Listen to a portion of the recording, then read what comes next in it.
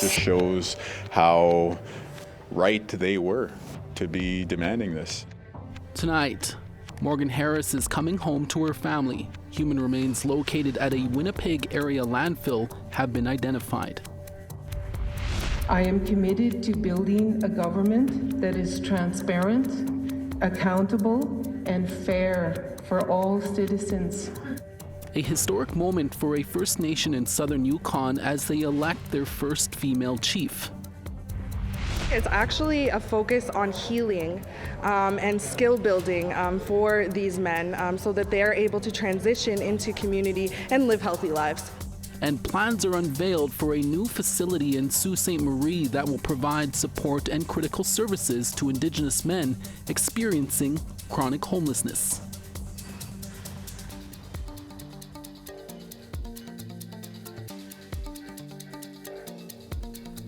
Good evening, I'm Chris Nachkate. Welcome to APTN National News. Mark Carney has been named the new Liberal leader and Prime Minister designate, and in the end, it wasn't even close. The former governor of the Bank of Canada won the race with a whopping 85.9% of the votes cast. At a leadership convention in Ottawa on Sunday, former Finance Minister Chrystia Freeland finished second with 8% in her first ballot, and former Liberal House Leader Corina Gould was third with 3.2%. Outgoing Prime Minister Justin Trudeau and former Prime Minister Jean Chrétien also gave speeches. Carney did not mention Indigenous people in his speech, instead focusing on U.S. President Donald Trump and Conservative Party leader Pierre Poilievre. Donald Trump thinks he can weaken us with his plan to divide and conquer. Pierre Poilievre's plan will leave us divided and ready to be conquered. Because a person who worships at the altar of Donald Trump will kneel before him, not stand up to him. Conservative leader Pierre Poilievre is dismissing Carney's decisive victory as Liberal leader. He says Carney will put his own interests ahead of Canadians and won't be any different to what Justin Trudeau offered. We have the same Liberal MPs, the same Liberal advisors, the same Liberal promises, who will produce the same Liberal results.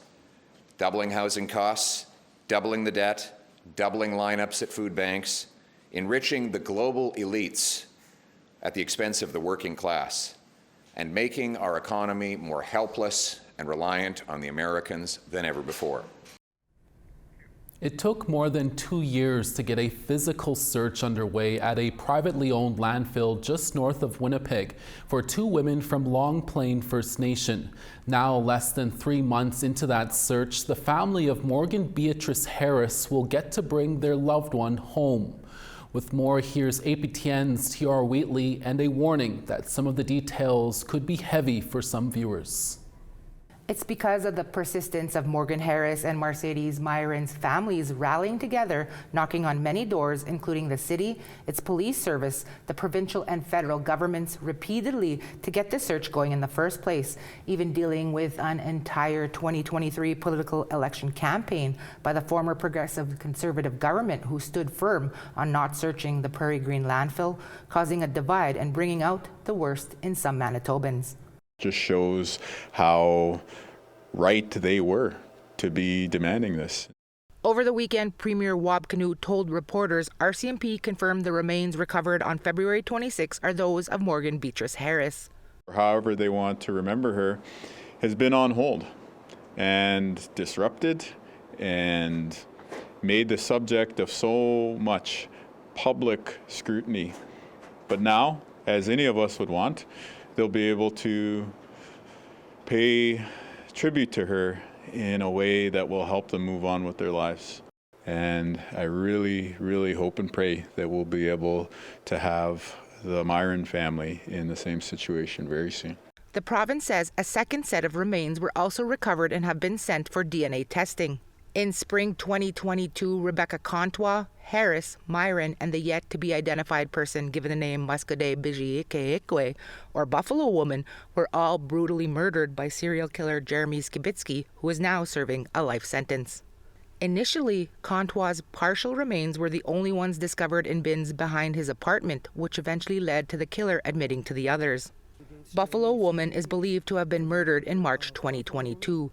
The trial revealed WPS don't know where her remains ended up, as there is also another landfill on the south side of the city. We're all thinking of Mashketepej Ki-Kwe. I honor her dignity and personhood, the same way that we've honored Morgan and Mercedes. And working on this search, it's a very affirming process to just realize again in a very direct way awful nature of these crimes. But last fall, Morgan's cousin Melissa Robinson believed they could find someone else entirely. When you look at the numbers of our MMIWG2S just here alone in our city, I'm almost certain, and I'm sure most of you know as well, that we're certainly going to be finding more than just whom we're going in looking for. Meanwhile, the Winnipeg Police Service, who originally said a search was not feasible, are starting off this week by swearing in a new police chief. In a statement, incoming Chief Gene Bowers said WPS are thinking of the families, also saying how the case has shaped how he wants to build the service's relationship with Indigenous peoples. Quote, I intend to action my vision for the Winnipeg Police Service to become leaders in reconciliation, unquote, also noting he hopes to meet with the families to help develop his vision. The new police chief isn't the only one thinking of the families right now. Crown Indigenous Relations Minister Gary Ananda Sangari sharing some words on social media, saying that no family should have to endure this pain. Indigenous leadership have also congratulated the families for pushing for the search and have asked to give the families space so they can now start to grieve privately. T.R. Wheatley, APTN National News, Winnipeg. And if you are affected by these stories, supports are available 24/7 through the MMIWG support line. That number is 1-844-413-6649. We're always looking for your feedback or story ideas. Here's how you can continue the conversation with us. If you have a story you want to share, send us an email to news@aptn.ca. And to read and watch our stories, you can go to aptnnews.ca. And you can also find us online on your favorite social media sites including TikTok, YouTube, LinkedIn, and X. Follow APTN News to join the conversation and see our latest stories. A First Nation in southern Yukon celebrated a historic moment for its community on Thursday. Its first ever female chief was officially sworn in. Our APTN reporter Sarah Connors was also there and has that story for us tonight. Ladies and gentlemen, your first woman chief. The Teslin Tlingit Council celebrated a big first at its annual General Assembly on Thursday, the swearing in of its first female chief. Elizabeth Bosley is the first woman to ever hold the position of chief, or Nasha Duhani and Tlingit. I felt very honored and have a lot of humility with the fact that the citizens voted me in as their first woman in the history of our people, Nasha Duhani. I, Kachiek, Elizabeth Bosley, having been selected as Nasha Duhani. While the woman has never held the position until now, Bosley says matriarchs have always had a strong voice in the community. A lot of times the women, definitely had a say in the important decisions that were being made in our government. I am committed to building a government that is transparent, accountable, and fair for all citizens. While Bosley is excited to get started in her new role, she isn't shy about the fact there's challenging work ahead. That includes continuing work for a new community services building and tackling the territory's opioid crisis, which is affecting Teslin. You've heard the former chief say, you basically sign your life away. I'm up for that. That's what I signed up for. That's why I put my name forward. It makes me happy to be here today in front of you all. Teslin's deputy chief is confident Bosley will lead their people in a good way.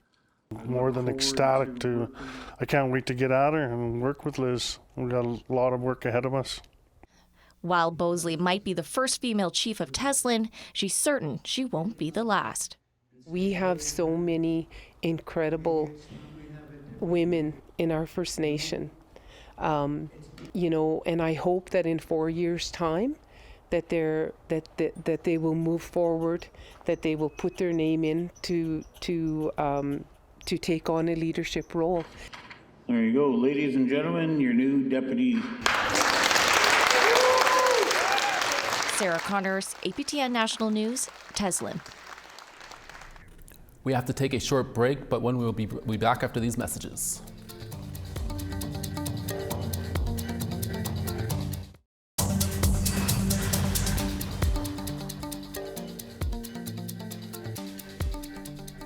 Welcome back. This Monday marks a historic step for First Nations children and their families who were discriminated against by the child welfare system.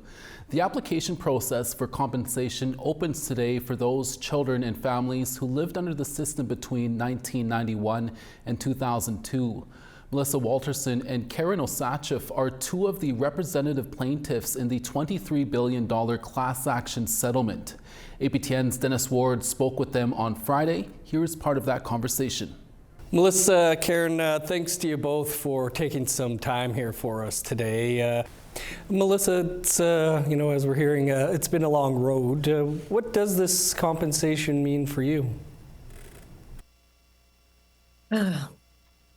For me or for the class? For me, it means that I was involved in this class action lawsuit to help so many children and families. It's going to be instrumental for Canada and their part in reconciliation. For me, I feel like I've done really good work for the children and families. So it's very rewarding, personally rewarding for me. Yeah. Karen, what's your message to those who have lived through this discrimination and who can now start applying for compensation? Yeah, so my message kind of goes back into my first story about the 60 Scoop claims application. I wasn't prepared and nobody prepared me. And really, when I had to deal with the aftermath of the 60 Scoop, I was alone. I would call the Hope for Wellness line. I would reach out to family. I had a therapist, but I was not prepared. So my message to the class, especially the children who've lived through this, and of course the families, but because I'm a removed child myself, I can only speak from that perspective. But my advice to you is, next week you can start applying for and submitting your claim form, is to make sure that you have a good support system. I know as a former foster kid, I always feel like I have to do everything alone. I don't tell people when I'm suffering. I just grin and bear it. And I often push people away and I isolate myself. So what I would recommend to our class members is to reach out, call the Hope for Wellness line, find a therapist through your status card if you can. If you can't, reach out to the Canadian Mental Health Association. Just ensure that you keep reaching out and asking for help. You can go to the Friendship Center, find an elder.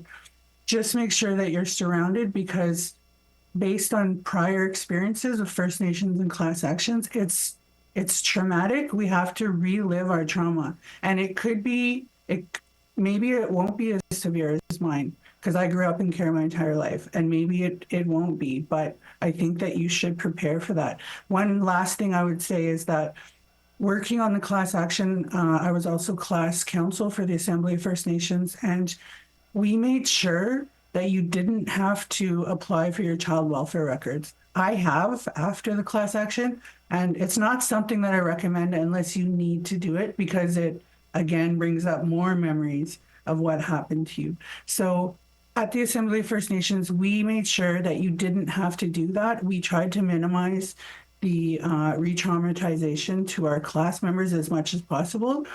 So again, just keep reaching out for help. You aren't alone. There's hundreds of thousands of us who have been through this, and you are going to be okay. And it's okay to cry, and it's okay to have to take breaks after this if you need to from school and work. Critical message there about having the supports in place. Melissa, Karen, appreciate you taking some time to share your journey with us and for all the work that you've done over the years on this. Thank you, Dennis. Thank you. And you can see that entire interview with Melissa and Karen on our website or on our APTN News YouTube page.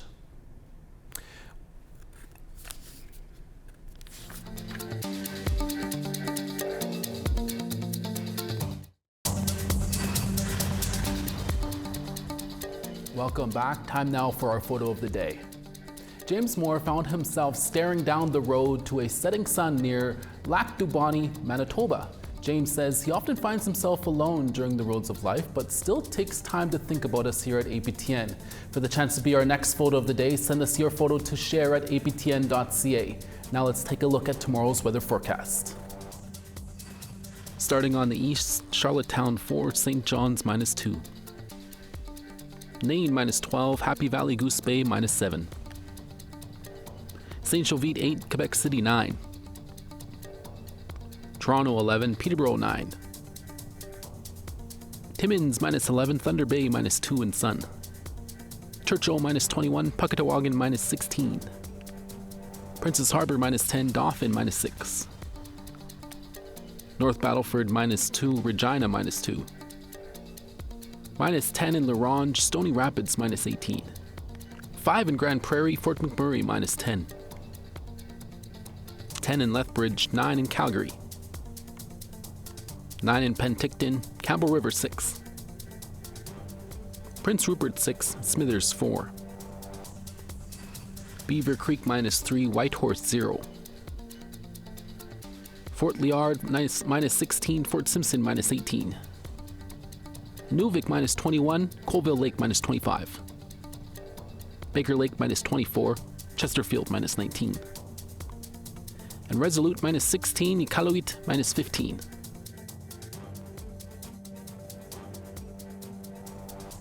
Ontario Aboriginal Housing Services is preparing to build a supportive housing facility in the city of Sault Ste. Marie. In partnership with the local Indigenous Friendship Centre, the facility will deliver 24/7 support and critical services to Indigenous men experiencing chronic homelessness. APTN's Mike McDonald reports.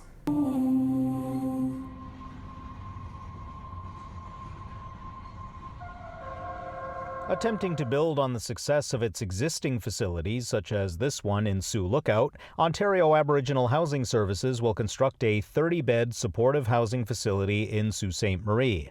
Officials with Ontario Aboriginal Housing and the Sioux Indigenous Friendship Centre say the aim is to address a critical gap in services and culturally safe spaces for Indigenous men. Meant to help Indigenous men that are transitioning, that want to transition out of homelessness, and provide them with the place for them to live, but also all of the cultural Indigenous supports wrapped around them. The men get a little less input, a little less opportunity, and they have deviated from their traditional roles in society, in the Indigenous society, and we want to help them to come back and take their place. I wouldn't put the emphasis on addictions per se. It's actually a focus on healing and skill building for these men so that they are able to transition into community and live healthy lives. The Sault Ste. Marie facility will be located on the banks of the St. Mary's River. We know and we recognize the healing elements of water for our people. We know that if we can't get to a sacred fire, that we can take our tobacco down to the river and drop it in the water to ensure our prayers go up to Gitchimanado. We just know that that's important healing for us. Officials held a town hall-style information session for residents living nearby the proposed site, and not everyone is on board. To assist you, go to a different location.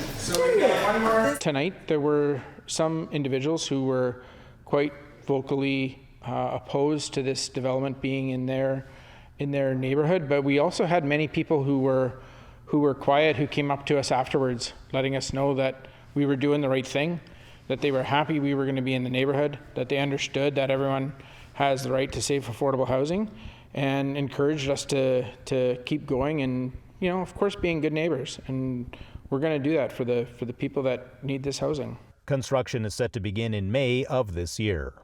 Mike McDonald, APTN National News, Sault Ste. Marie.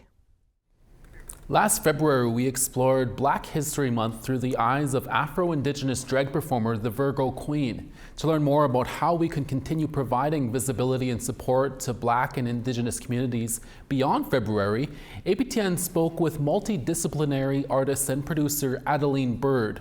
Veronica Blackhawk has that story. It's such a blessing to be able to connect with my Black relatives and connect with my Indigenous relatives, and then I have my Afro-Indigenous relatives. So it's just this overall beautiful community. Adeline Bird speaks fondly of growing up in Winnipeg, Manitoba for its rich arts and cultural scene. As a youth, she would celebrate her mixed heritage at local events like Blackorama and dancing at powwows in Central Park. I grew up with my stepdad, who's from Grenada, Trinidad and Tobago, from the islands. My biological dad's from Tanzania, Africa, and then my mom, obviously, from Rolling River. A multidisciplinary artist and producer, Adeline wears many hats. Recently writing for the TV show Don't Even, she uses her platform to advocate for Black and Indigenous representation in media. I have a series that really highlights the Afro-Indigenous experience from those of us in the community. So I hope to get that produced in the next 2 years. Everything that's currently going on with diversity and inclusion being taken away, and it's time to really go and shake things up and really push. She acknowledges the importance of learning and unlearning in our communities. When it comes to inclusion of Afro-Indigenous peoples, she shares their unique challenges. One I would love to talk about is when we do say we are experiencing anti-Blackness, there's this idea of like, no, that's not what you're experiencing. It's almost like we get gaslighted. We are excluded from experiences. One thing I've experienced, and I hear from a lot of other Afro-Indigenous artists, is when there is culture or elders around, and that's supposed to be offered, it's never extended to us. So it's those types of things that really are a challenge for us. Adeline shares steps that can be taken in order to improve on inclusivity. When you are doing calls for Indigenous artists, we say in First Nations, Métis, Inuit, also include Afro-Indigenous. Think about how many of us are out there, but we can't identify for whatever reason. Never be afraid to own your identities and take up the space in your identities and learn what those identities mean and find unique ways to bridge those identities. I'm Veronica Blackhawk with APTN National News. And that's your evening newscast for this Monday, March 10th. Our staff will be away for the rest of the week, but we will have special look-back editions of APTN News throughout. From all of us at APTN National News, hi miigwech masicho kwana. Thank you for watching, and we'll see you again. Ekse.